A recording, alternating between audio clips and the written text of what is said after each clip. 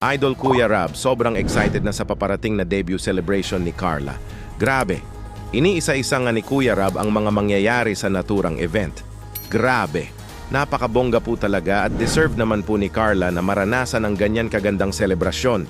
Kasi malaki naman po ang naging part niya sa pag-angat ng views sa channel ni Kuya Rab. At ito rin po kasi ang request ng mga sponsors para kay Carla.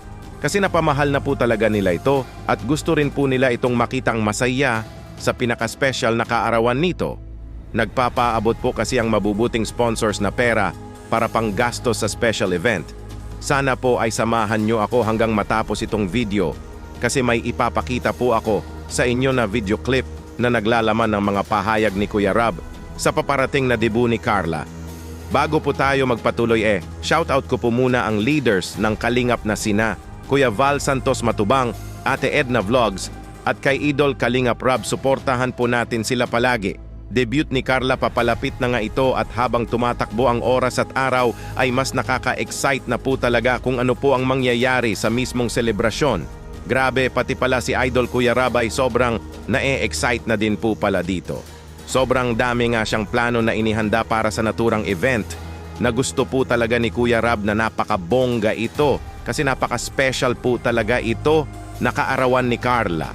At gusto po talaga ni Kuya Rab na maging memorable.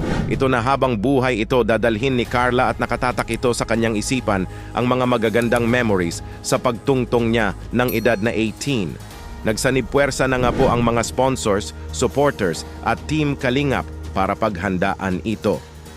Kaya maraming salamat po talaga sa programa ng Kalingap. Kasi kung di po nila natagpuan si Carla at natulungan ay di po talaga mararanasan ni Carla ang napaka-memorable na selebrasyon sa buong buhay niya at sa debut pa niya ito. Kaya for sure, ay di po talaga mawala ang respeto ni Carla sa Team Kalingap at habang buhay niya itong pasasalamatan sa naitulong sa kanya at maging sa buong pamilya niya. Ito nga po mga idol ang naging pahayag ni Kuya Rab na sobrang excite na siya. Panoorin niyo po. So yun po, since nalalapit na yung debut ni Carla, syempre may mga nagpadala sa atin ng tulong, ano? At meron pang iba na binigay pa lang sa atin. Pero ngayon, gusto ko lang pasalamatan si Ate Cora, ayan, nagbigay siya ng 50,000 pesos. Wow! Para yan sa debut ni Carla. So ayan, magagamit natin yan sa event, sa lahat mo. Pagkain, venue, host, makeup. Ayan, kung kulang man yan, dadagdagan na lang po natin. At pagkita po kasi Wendy, nagdagdag po siya doon ng 10,000 pesos. Kailangan din paghandaan yan, ano? Kasi maraming supply na kailangan natin dyan eh. Diba? Yung venue, pagkain, sound system, DJ, host, damit yung... May damit na. Excited na ako sa debut ni Carla. Ikaw wala, alam mo, malapit na yung debut mo. Excited na kinakabahan. Excited na kinakabahan. Normal naman.